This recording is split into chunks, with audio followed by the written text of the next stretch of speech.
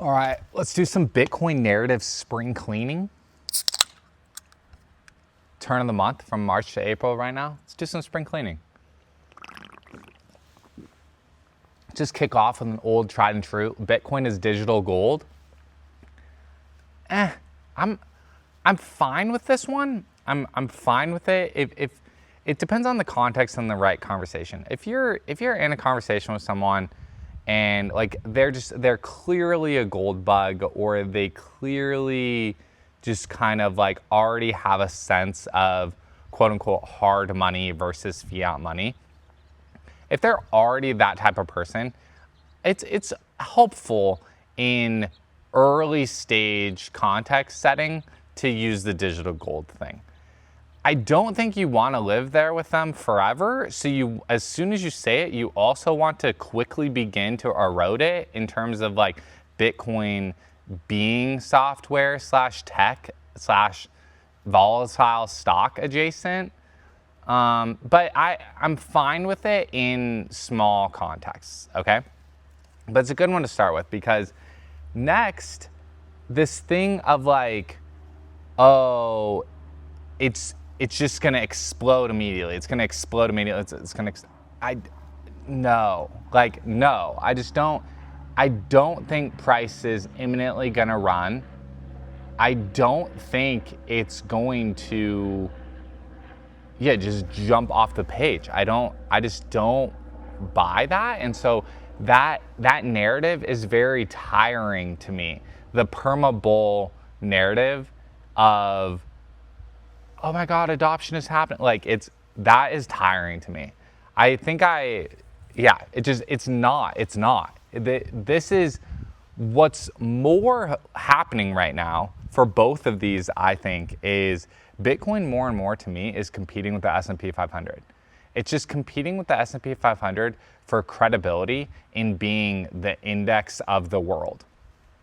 Or it's competing with the United States Treasuries, again, as the index of the world. Stretch specifically is competing with the United States Treasuries for that in like risk-free rate. That is what's happening. And the choice to hold Bitcoin or not hold Bitcoin is more and more just a straight up, like almost political question, almost a structural thing of how do you see the world? How do you see the world? Do you see the S&P 500 as like the just core risk reward rate of the world that just sits there and reliably does its thing? And then treasuries as the risk-free version of that? So then you choose your ratio between S&P 500 and treasuries? Are you that type of person? Or are you the type of the person that sees Bitcoin as the emerging best asset the last 10 years? I don't even know if you can still say that anymore, best asset the last 10 years. With can't you handpick some AI stocks and have it be? I don't know if we can still say that anymore. So speaking of like narratives that are kind of have reached their crescendo, like that as a sentence, I don't say that as a sentence very often anymore. Even if it's still technically true, I don't say it as a sentence very often. Are you the type of person that you split your portfolio between S&P 500 and between treasuries? Or are you the type of person that splits your portfolio between Bitcoin and between Stretch? Like to me, it's just coming down to a decision of like, which type of person are you? And currently in the United States, there are more of that type of people that just see the S&P 500 and treasuries as the boilerplate thing, that you do. And so for a situation where price runs or a fast takeoff, I just think there have to be more people that switch out of that bucket into the other bucket. And to me, that feels kind of stalled out and churning right now. So then, and I'm not sure, I'm not the only one that feels like that, obviously, because then you have everyone that's in Bitcoin continues to still kind of like chase. I feel like this thing of really reconciling the Bitcoin treasury companies and reconciling how common stock should behave in a Bitcoin treasury company is still a very, very open question. And the people that are kind of claiming that there's like a specific way for it to actually be done, I don't buy that narrative. I don't buy that there's formula for reliably explaining how a Bitcoin Treasury common stock should be ran. And because I think that value accrual to common stocks in general is just kind of broken. I just don't believe there is, even outside of Bitcoin companies, I don't think there's a way to reliably explain the price of a common share of a company relative to anything else, relative to its earnings, relative to its competitor. I don't buy that. I think it's so, and like because of all of the XYZ fiat currency problem rules, and because of tax treatment, blah, blah, blah. I just think there's so many variables in the world, or because of passive index investing, there's so many variables in the world that I don't believe there's a way to do it anymore. So can you make money doing that? And can stocks go up and down? And can you? Oh, totally. Absolutely. I don't buy the that you can know and map it across different things in any sort of way. So that's part of why I believe a stronger narrative, actually, I think a stronger narrative is that Stretch is forcing other companies to become dividend payers. I think companies in general are going to be forced to be dividend payers, because if you're not growing faster than Bitcoin, or if you're not paying a higher dividend than Stretch, then what are you doing? And honestly, kind of the same, and that's fine. If you're not growing faster than the S&P 500, or you're not paying a dividend higher than Stretch, what are you doing? There's already people that will just take the United States Treasury's payment because they don't see any stocks that they like that reliably grow faster or pay higher dividends, And so I think Stretch is forcing a new conversation around that, and it's going to force what Chamath had a long think piece, X thread about this too, where it's like AI compressing the timeline that you can reliably predict future earnings is going to radically change growth investing forever. Michael Saylor replied to that tweet, by the way, also, and was like, yes, this is why Bitcoin persists as the pristine growth asset or whatever. So I agree that that's a strong narrative. I think that one of the downsides for strategy that's hurting the ability for some of this to get bigger, I think, is guys like Chamath just not buying it.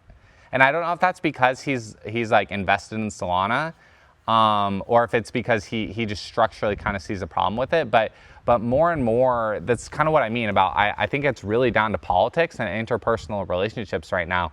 There's people that are choosing to not adopt Bitcoin that could be adopting it at a larger level, and that just is gonna just take time for it to go through. To me, that's the strongest narrative right now. So now poking around some of the just smaller ones that I hate to even bring up is, guys, a transaction is a transaction. There is no such thing as spam. If it gets approved and goes through, it's a part of the Bitcoin blockchain, and that's the whole point of all of it. And so I think the more demand for Bitcoin block space, the better. So I don't buy that at all. And I just think that's so sideways. The other one that I think is so sideways right now is, this one hurts to say it, but the whole Cash App being oh my God, we turned on Bitcoin payments everywhere. Guys, that feels so late. I feel like we were asking you guys to do that 3 or 4 years ago, and I'm just over it now, to be honest. I already did all that. I did the onboard bars and, orange pill bartenders and tip the bartender, pay your barber. I was doing all that 3-4 years ago. And so that's not oh man, I was so OG. It's not that. It's that, yes, I felt that, and so our payments for Bitcoin matter? Totally. Absolutely. Payments for Bitcoin matter. I think paying things in Bitcoin being a medium of exchange, I think does matter. And so I'm not even fully out here saying that it doesn't. I think the conversation around it continues to force Bitcoin to be in this weird, wonky category to where you can't fully put it in with stocks. And so I think that's good to force people to constantly reconcile with it. But but I think there's from a narrative perspective, taking it so far, like, oh, in order for Bitcoin to have value, it needs to be circulating. I don't think I ever super said that back in the day either. I don't agree with that like that will provide its value or that will be what makes it take off. I think it's fine and good that Square terminals do this. I just don't get the warm and fuzzies about it, about the narrative like I used to back in the day. It just is like, yeah, like you should have done that a long time ago. And that's where the Bitcoin companies are largely, generally speaking, in a really tough spot. Like it's just not, and I think it's due to some of these like narratives that continue to persist. There isn't a strong narrative that's helping them, and they don't have like I'm not sure what the growth path really is, because it feels like things are at a standstill at the like when I say political, I mean like interpersonal also. I'm not saying like red versus blue politics or like DC passing the clarity. Like I'm not specifically saying that. I'm saying just like guys like Chamath, guys like family offices, large like hedge funds, families, all the way down even to like, dude, just like your neighbor has the ability to own a quarter of a Bitcoin, to own half a Bitcoin. They're choosing not to. Bitcoin has been around for a long enough time. It's inside everyone's brokerages accounts now. People are choosing not to. They're choosing to passively be a part of the old way of doing things instead of adopting the new way of doing things. And there's nothing that I'm like staring at that is like showing a path to punching through that, except maybe Stretch. And that's why I keep like just always coming back to Stretch as the most interesting thing that's happening in Bitcoin right now. But then, and I'll kind of like with Strategy just announcing its new issuance of whatever it is that they did, it just, I feel like clouds the water again. I don't know how to explain in a quick, simple sentence to someone how like the Bitcoin yield curve operates, or like there's no clean, crisp Bitcoin credit sentence, because we're not allowing the current way of doing it to like age at all.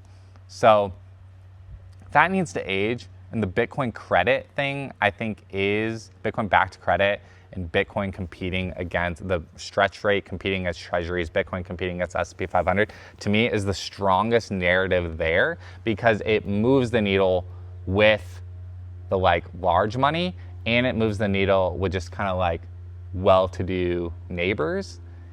And I think that's where the next quote unquote leg up comes from, is those people participating in a way that sticks longer than it did in, previous things. I think Bitcoin struggling during a midterm year is a pretty strong narrative. That one clicks for me and rings through as true. That one's a pretty strong one for me as well. And so that's some around the horn spring cleaning on just the talking points that are out there around Bitcoin, and just kind of my reaction to it. If you made it all the way to the end and you like talking about Bitcoin in the weeds like this, I think you would really enjoy being a part of the Bitcoin Personal Finance Think Tank. Click join next to the subscribe button. Find your way in the Discord. Make sure to introduce yourself when you get in there. It's a few bucks a month, cancel anytime. We're growing a group of people in there that are orange pilled in an old school philosophy sense, but are looking for the new path forward in personal finances. So I'll see you in there.